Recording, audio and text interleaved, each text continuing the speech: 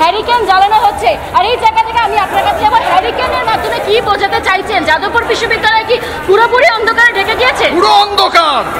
তাহলে এরকম বিশৃঙ্খলা হয়? কেউ কাউকে মানে না। বাম তো সারা জীবন ওখানে কাউকে ঢুকতে দেয়নি। ওটা বামেদের পার্টি অফিস। কি বলছেন? নকশাল রাজ চলছে বলে অভিযোগ করছে? একদম। ভারত বিরোধী কোনো শক্তিকে এখানে জড়ো হতে দেবো না। ইন্দ্রানুজের ফেসবুক পোস্টে ভারত বিরোধী একাধিক পোস্ট, কি বলবেন? বললাম তো, এরা ভারতবর্ষের মানুষই নয়। এরা মান আর হুঁশ দুটোই নেই। ভারতের খাচ্ছে, ভারতের পড়ছে, ভারতে থাকছে, ভারতের বিরোধী করে। কংগ্রেস বলছে যে এতদিন ধরে বিজেপি দেখেনি, এর দায়িত্ব হচ্ছে প্রশাসনের, প্রশাসন দেখবে। আস্তে নেবু কয় জায়গায় তেতো হয়তো শুরু করেছে, তো শেষটা মোদিজি করবে। আর আজকে হ্যারিকেন নিয়েছেন কি জন্য? হ্যারিকেন, পুরো বাংলা অন্ধকার, মানুষ দিশে খারাপ খুঁজে পাচ্ছে না, তাই হ্যারিকেন নিয়ে হাঁটছে।